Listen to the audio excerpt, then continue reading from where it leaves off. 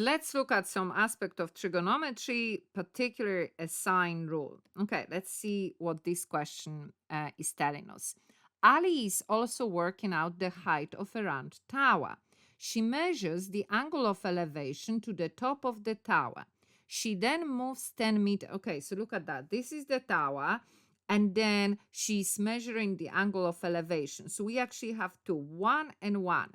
So then she moves 10 meters away from the tower. So she's standing here first, measuring. That's her first angle of elevation. Then she moves away from the tower and she stands here. And then she measures another angle of elevation. She measures both of the angles from a height of, oh, my apologies, from the height of 1.2 meters. Sorry, that got in the way here. Didn't see that. Yes, so here we can see 1.2 meters. She draws the diagram below to show her measurements. The length x and h are shown in the diagram. Okay, so we can see that x, h, all her measurement, everything. Okay, so what do we need to do? Use the sine rule to show that x is equal 25.5 correct to 1 decimal place. Now, so they are very good. They are telling us what to use. When we are talking about sine rule or cosine rule, they exist in a triangle. So I need to see a triangle here. Now, it obviously involves x, so I can see that this is my triangle here, oops, that they are talking about. Now, I need to know, I know the formula. Let's actually get that formula from our page 16. So that's the formula. I need to know, we know that it has 3 fractions. We are using only 2 of them because we are creating an equation. So I need to know what is that A, B, and C in my own triangle. Now, where do we start doesn't really matter. But let's say this is the angle we have. Therefore, that is my angle A. That means that the side opposite here is small a. This angle here, let's call that B. So that means this side will be small b. This angle here, let's call that C. That means the side opposite will be C. Now, what do I have? What do I need to find? So that's what I'm looking for. So that have to be there. I don't have B.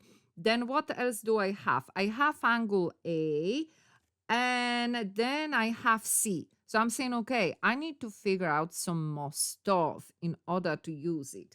So I'm saying, okay, what else do I know? The other numerical information here is this angle 35.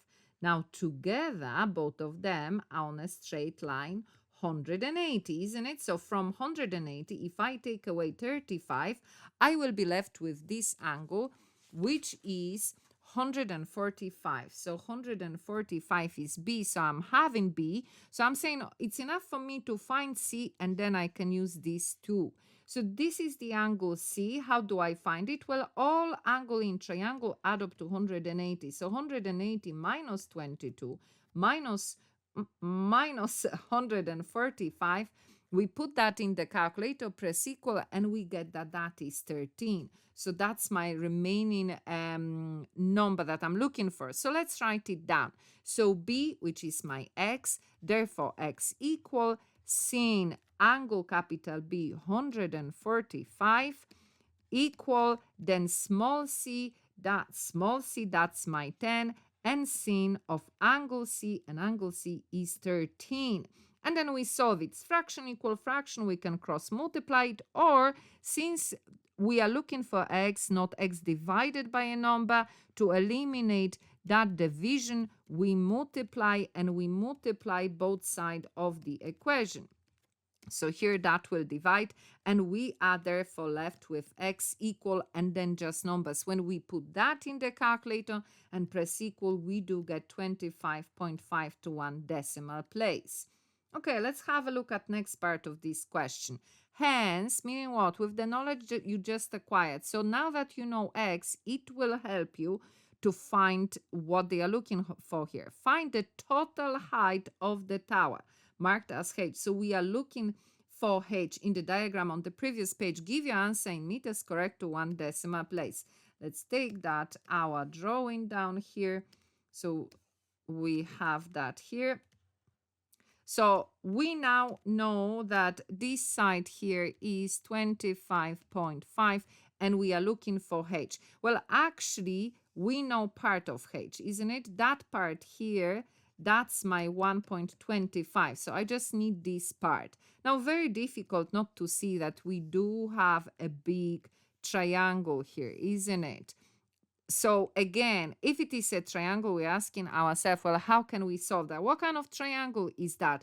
Because on page 16, first question that we ask ourselves, is it a right angle triangle or not a right angle triangle? Because if you look at that page, where is it? Here it is. This is right angle triangle, my two formulas, Pythagoras and trigonometric ratio. And this is not a right angle triangle, and the two formulas is a sine rule and cosine rule. So this triangle here is a right angle. So therefore, my two options, Pythagoras and trigonometric ratio, with Pythagoras 3 sides and trigonometric ratio 2 sides and an angle. What am I looking for? This part. So I'm looking for a part of a side. I have a side x, and then I have this angle of 22. Oops, I don't have this. My apologies. That's what I have. So it is one of the trigonometric ratio. Which one? Well, we put now letters to our triangle. So this is the angle I have. That's my capital A. Side opposite. So that one here will be A. This is the right angle. So therefore, that is my C. So I don't have this length. I only have part of it. So I'm looking for the ratio that have a capital A, small c, and then small a. And if we look at our table, the three ratios, we can observe that cos have all those elements. So cos of A will equal, it's not a cos, my apologies, it's a sin. Why did I say it's a cos? I didn't look properly, too quick. It is a sin that has that. It's when I started writing, I realized that's not the letter. So it is a sin of A, and that is A over C. So let's replace those numbers. So that means sin of angle what? 22. A is what? Is that part of the height I'm looking for? Divided by C, 25.5. So if I want to have this value not divided, what do? I multiply both sides by 25.5. So H will equal what?